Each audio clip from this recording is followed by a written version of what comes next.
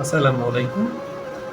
সম্মানিত উপস্থিতি, আমি আসলেই একটা বিষয় সংক্রান্ত তথ্য নিয়ে আপনাদের সামনে হাজির হয়েছি।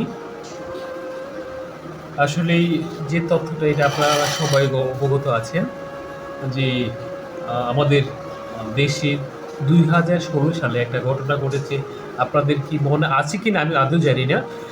তনু, আমরা হচ্ছে যাকে প্রায় তো হচ্ছে আম ১৩ জন পোলাপানে হচ্ছে দর্শন করা হয়েছিল। আদৌ কি আমরা সেই বিচার পেয়েছি? আমরা পাই নাই। আজকে দেখলাম যে হচ্ছে মৌমিতা নামে কলকাতায় একটা মেয়েকে দর্শন করা হয়েছে প্রায় ১৬ জন। তাকে এমন নির্মমভাবে মানে হচ্ছে দর্শন করেছে, আসলে এটা মানুষের দ্বারা মানে সম্ভব না। এটা আসলে মানে কি বলবো, আমি ভাষায় ব্যক্ত করতে পারবো না।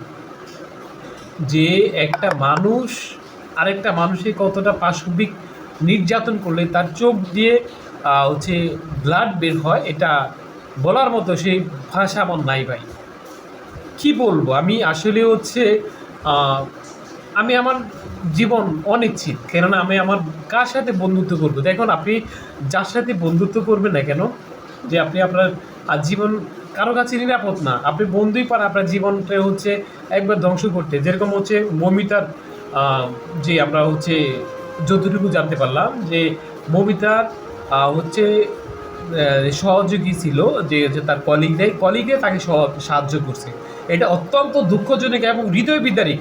এটা আমার মানে কি বলবো, মানতে পারছি না। আসলেই আমরা মানুষ না, আর মানুষ হিসেবে খুবই কলঙ্ক।